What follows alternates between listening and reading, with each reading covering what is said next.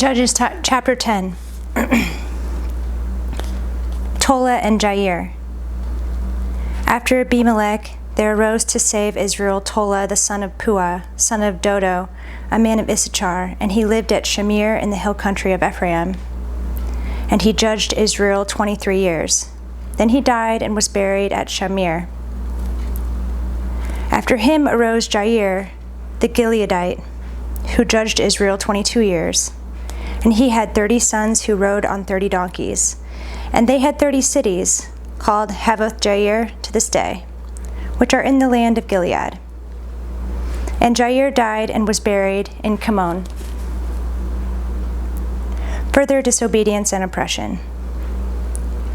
The people of Israel again did what was evil in the sight of the Lord, and served the Baals and the Ashtaroth, the gods of Syria, the gods of Sidon, the gods of Moab, the gods of the Ammonites, and the gods of the Philistines.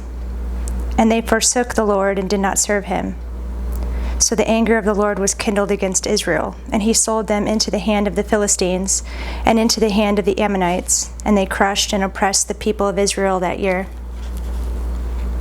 For 18 years they oppressed all the people of Israel who were beyond the Jordan in the land of the Amorites, which is in Gilead. And the Ammonites crossed the Jordan to fight also against Judah and against Benjamin and against the house of Ephraim, so that Israel was severely distressed. And the people of Israel cried out to the Lord, saying, "We have sinned against you, because we have forsaken our God and have served the Baals." And the Lord said to the people of Israel, "Did I not save you from the Egyptians and from the Amorites and from the Ammonites and from the Philistines? The Sidonians also, and the Amalekites, and the Maonites oppressed you, and you cried out to me, and I saved you out of their hand. Yet you have forsaken me and served other gods. Therefore I will save you no more. Go and cry out to the gods whom you have chosen. Let them save you in the time of your distress." And the people of Israel said to the Lord, "We have sinned. Do to us whatever seems good to you. Only please deliver us this day." So they put a foreign god from among them and served the Lord. So they put away the foreign gods from among them and served the Lord, and he became impatient over the misery of Israel. Then the Ammonites were called to arms, and they encamped in Gilead. And the people of Israel came together, and they encamped at Mizpah. And the people, the leaders of Gilead, said to one another, "Who is the man who will begin to fight against the Ammonites? He shall be head over all the inhabitants of Gilead." Chapter 11. Jephthah delivers Israel. Now Jephthah the Gileadite was a mighty warrior, but he was the son of a prostitute. Gilead was the father of Jephthah.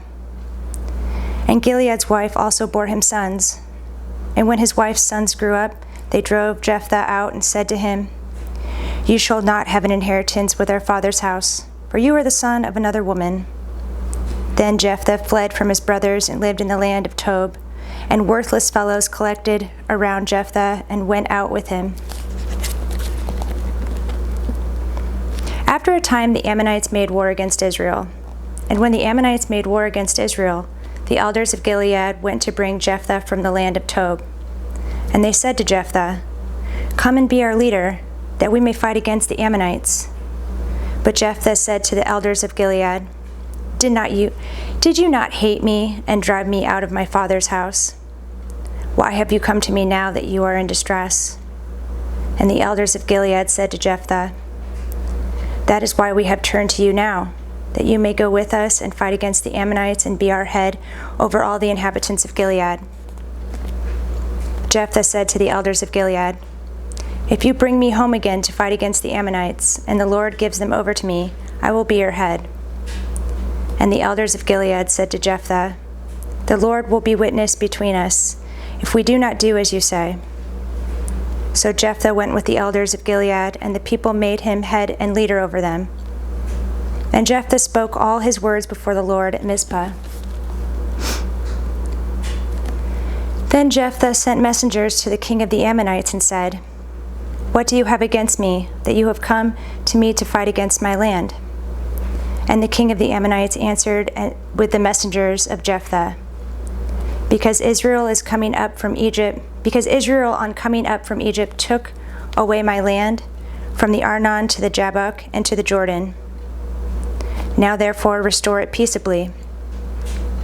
Jephthah again sent messengers to the king of the Ammonites and said to him, "Thus says Jephthah, Israel did not take away the land of Moab or the land of the Ammonites. But when they came up from Egypt, Israel went through the wilderness to the Red Sea and came to Kadesh. Israel then sent messengers to the king of Edom, saying, Please let us pass through your land. But the king of Edom would not listen. And they sent also to the king of Moab, but he would not consent. So Israel remained at Kadesh.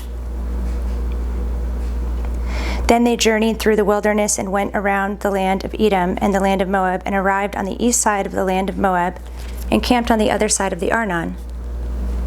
But they did not enter the territory of Moab, for the Arnon was the boundary of Moab. Israel then sent messengers to Sihon, king of the Amorites, king of Heshbon, and Israel said to him, Please let us pass through your land to our country. But Sihon did not trust Israel to pass through his territory, so Sihon gathered all his people together and encamped at Jahaz and fought with Israel. And the Lord, the God of Israel, gave Sihon and all his people into the hand of Israel, and they defeated them. So Israel took possession of the land of the Amorites, who inhabited that country. And they took possession of all the territory of the Amorites from the Arnon to the Jabbok, and from the wilderness to the Jordan. So then the Lord, the God of Israel, dispossessed the Amorites from before his people Israel. And are you to take possession of them? Will you not possess what Chemosh your God gives you to possess? And all that the Lord our God has dispossessed before us, we will possess. Now are you any better than Balak the son of Zippor, king of Moab? Did he ever contend against Israel, or did he ever go to war with them? While Israel lived in Heshbon and its villages, and in Aroer and its villages, and in all the cities that are in the banks of the Arnon, 300 years, why did you not deliver them within that time? I therefore have not sinned against you, and you do me wrong by making war on me. The Lord, the judge, decide this day between the people of Israel and the people of Ammon. But the king of the Ammonites did not listen to the words of Jephthah that he sent to him. Jephthah's tragic vow. Then the Spirit of the Lord was upon Jephthah, and he passed through Gilead and Manasseh, and passed on to Mizpah of Gilead, and from Mizpah to Gilead he passed on to the Ammonites. And Jephthah made a vow to the Lord and said, If you will give the Ammonites into my hand, then whatever comes out from the doors of my house to meet me when I return in peace from the Ammonites shall be the Lord's, and I will offer it up for a burnt offering. So Jephthah crossed over to the Ammonites to fight against them, and the Lord gave them into his hand. And he struck them from Aroer to the neighborhood of Minnith, 20 cities, and as far as Abel-keramim, with a great blow. So the Ammonites were subdued before the people of Israel.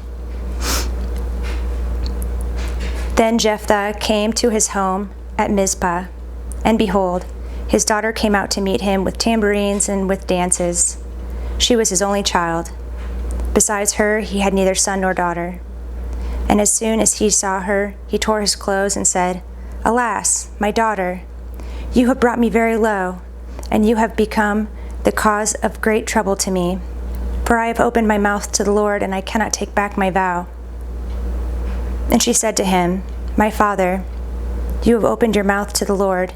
Do to me according to what has gone out of your mouth, now that the Lord has avenged you on your enemies, on the Ammonites. So she said to her father, Let this thing be done for me.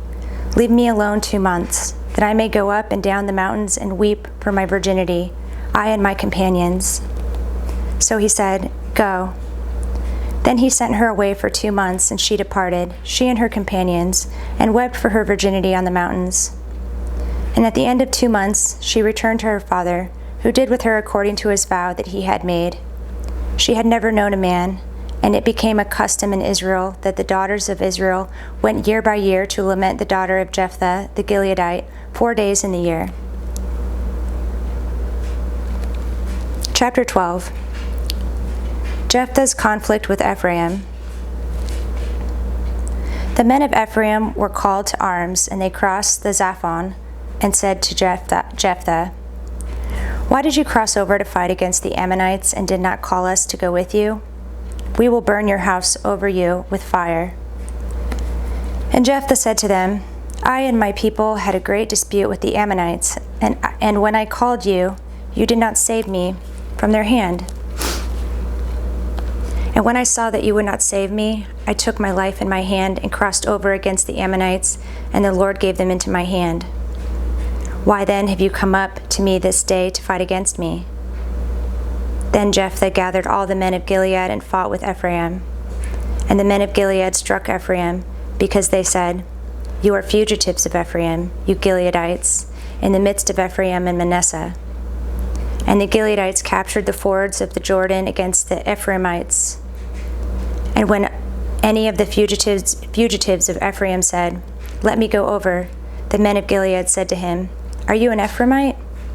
When he said no, they said to him, "Then say, Shibboleth." And he said, "Shibboleth," for he could not pronounce it right. And he said, Sibboleth, for he could not pronounce it right. Then they seized him and slaughtered him at the fords of the Jordan. At that time 42,000 of the Ephraimites fell. Jephthah judged Israel 6 years. Then Jephthah the Gileadite died and was buried in his city in Gilead. Ibzan, Elon, and Abdon. After him, Ibzan of Bethlehem judged Israel. He had 30 sons and 30 daughters he gave in marriage outside his clan, and 30 daughters he brought in from outside for his sons, and he judged Israel 7 years. Then Ibzan died and was buried at Bethlehem. After him, Elon the Zebulunite judged Israel, and he judged Israel 10 years. Then Elon the Zebulunite died and was buried at Aijalon, in the land of Zebulun. After him, Abdon the son of Hillel the Pirathonite judged Israel. He had 40 sons and 30 grandsons, and rode on 70 donkeys, and he judged Israel 8 years. Then Abdon the son of Hillel the Pirathonite died and was buried at Pirathon in the land of Ephraim, in the hill country of the Amalekites.